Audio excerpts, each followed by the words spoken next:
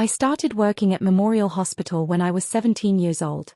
Not as a doctor or a nurse, but as a janitor in the Environmental Services Department. Night shift, 11 p.m. to 7 a.m., mopping floors, emptying trash cans, and studying for my high school finals during breaks. My family thought it was temporary, a summer job to earn some college money. Maybe something I'd keep part-time during my first year at community college. But I loved it. Not the mopping itself, though there's something meditative about repetitive work, but the hospital. I loved the energy of it, the purpose.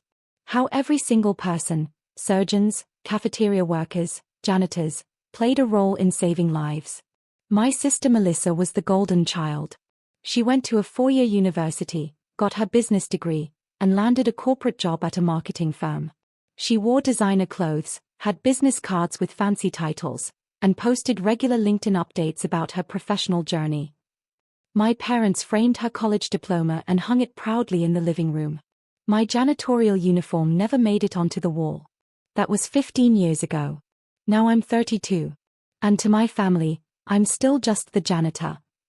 They don't know that I haven't mopped a floor professionally in 8 years.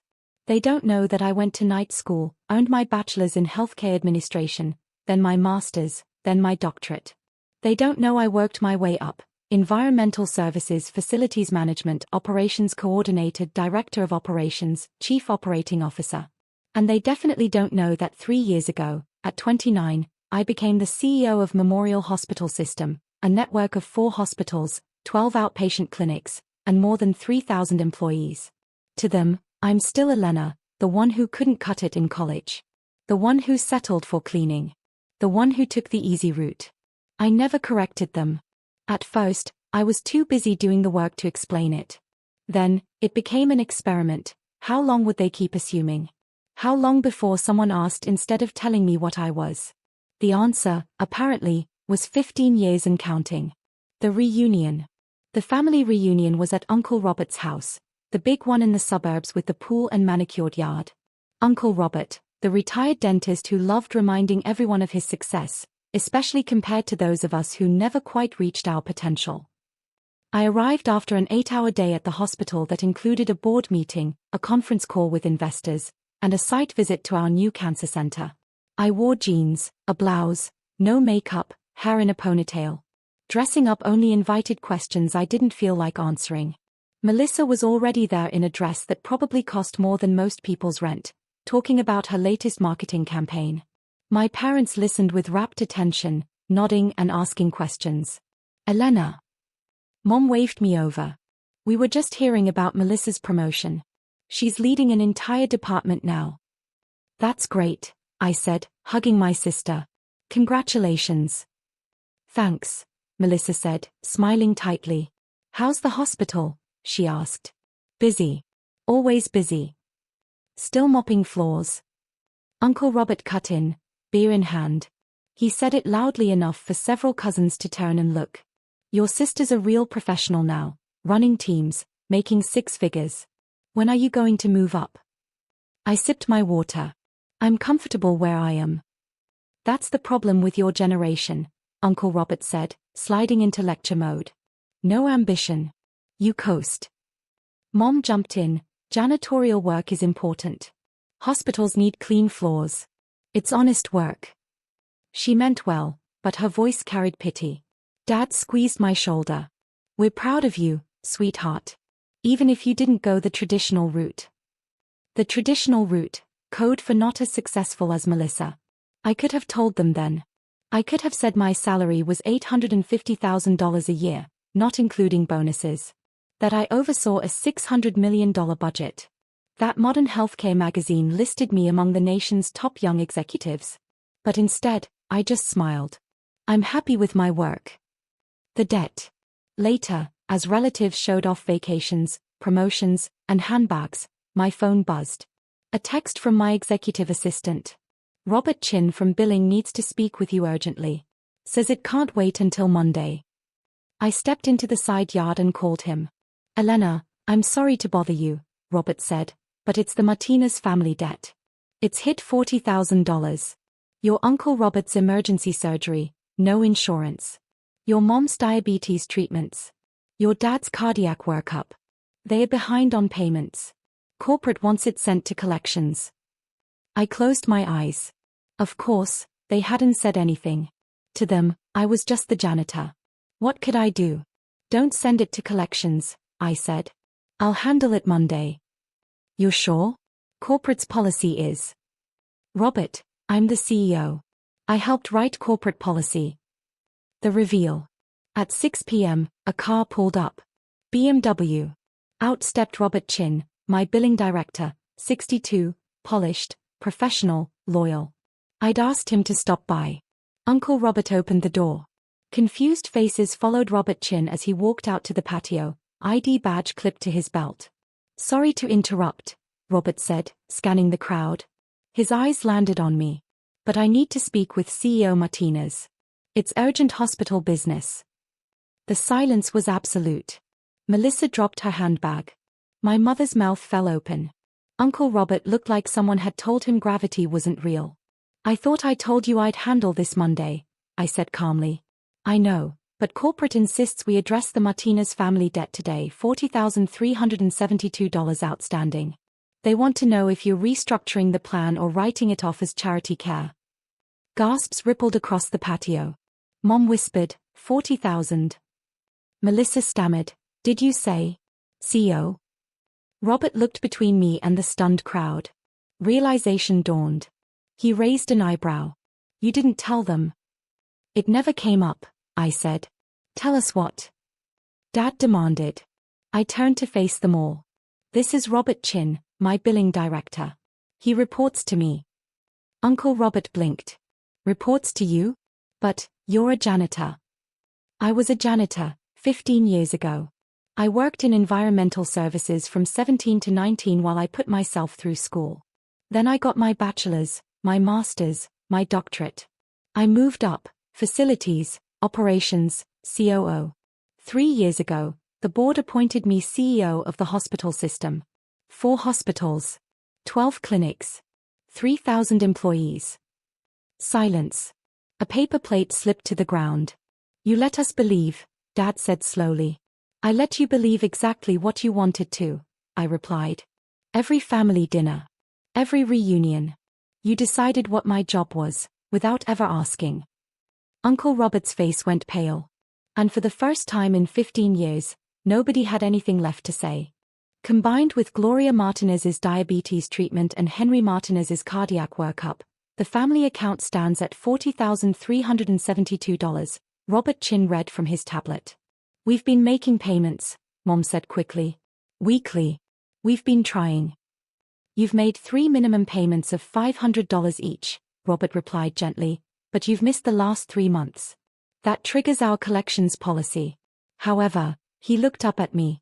CEO Martinez has discretionary authority to restructure the payment plan or designate portions of the debt as charity care for families in hardship. Dad turned to me, his face pale. You knew about this? You knew we were in debt to your hospital. I found out this afternoon when Robert called, I said. I had no idea you were struggling with bills. But then again, you never told me. Probably because you thought I was just a janitor. And what could a janitor possibly do to help? Uncle Robert shook his head. This isn't real. You can't be. You're only 32. I am 32, I said firmly. And I earned my position through 15 years of work, starting from the bottom and learning every corner of hospital operations. I know how environmental services works because I worked in environmental services. I know facilities because I managed facilities. I know operations because I ran operations. And yes, I know executive leadership because I've been doing it for 5 years. 5 years? Melissa asked, her voice trembling. 5 years in executive leadership. 10 in administration overall. I earned my doctorate in healthcare management from Johns Hopkins last year. I've published 3 papers on operational efficiency. I spoke at the National Healthcare Leadership Conference in Chicago last month. And yes, I looked around at all of them. I'm the CEO. I have been for 3 years. Silence fell.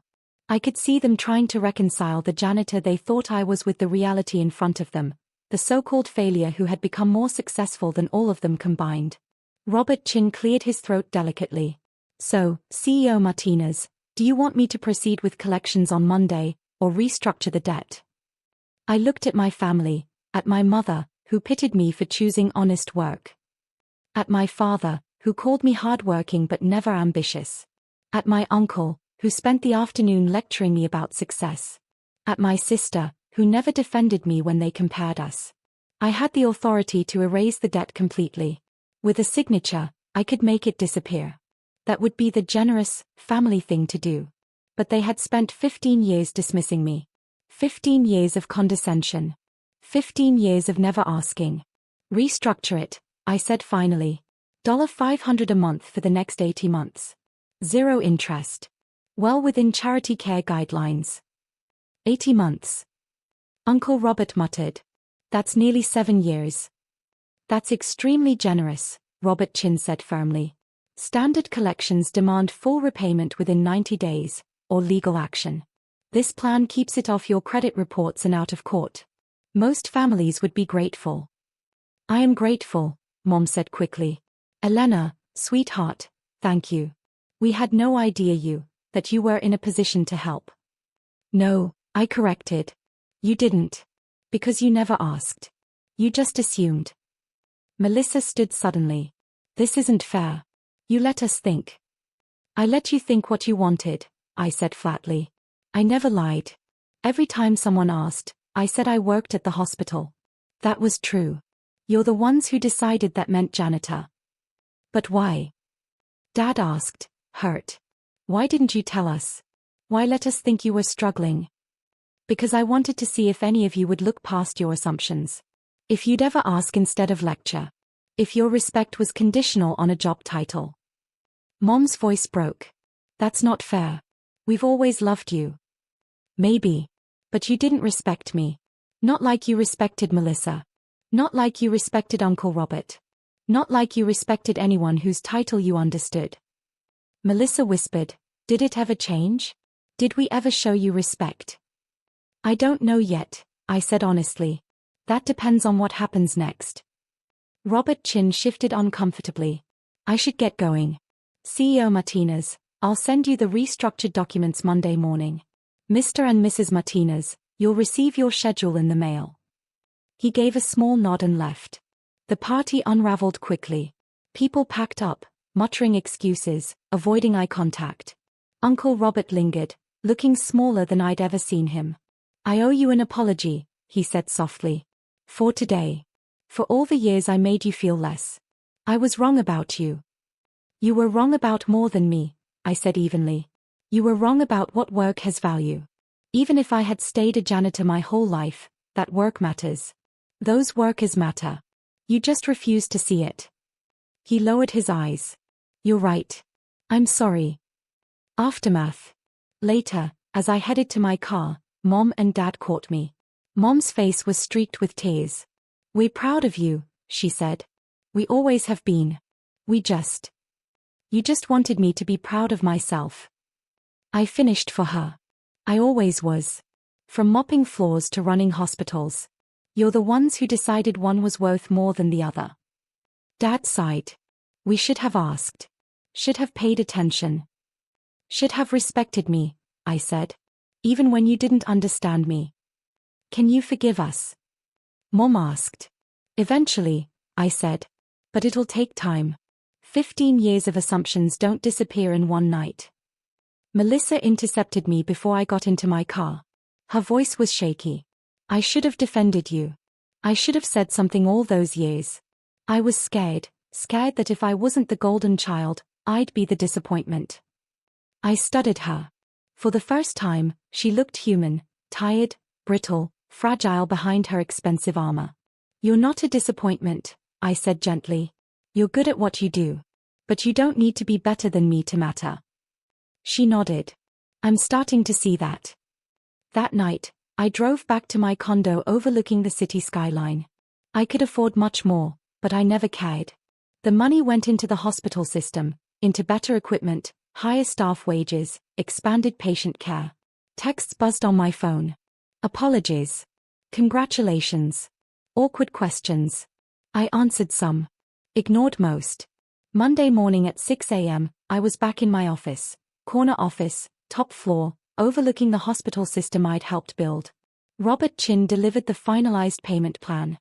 "That reveal," he said with a wry smile. "They'll never forget it." "No," I said, signing the papers. "They needed it." And with that, I got back to work. Budget reviews, staffing, expansion plans. Work that mattered. Work that saved lives. And if anyone asked what I did for a living, I'd answer the same way I always had. I work at the hospital.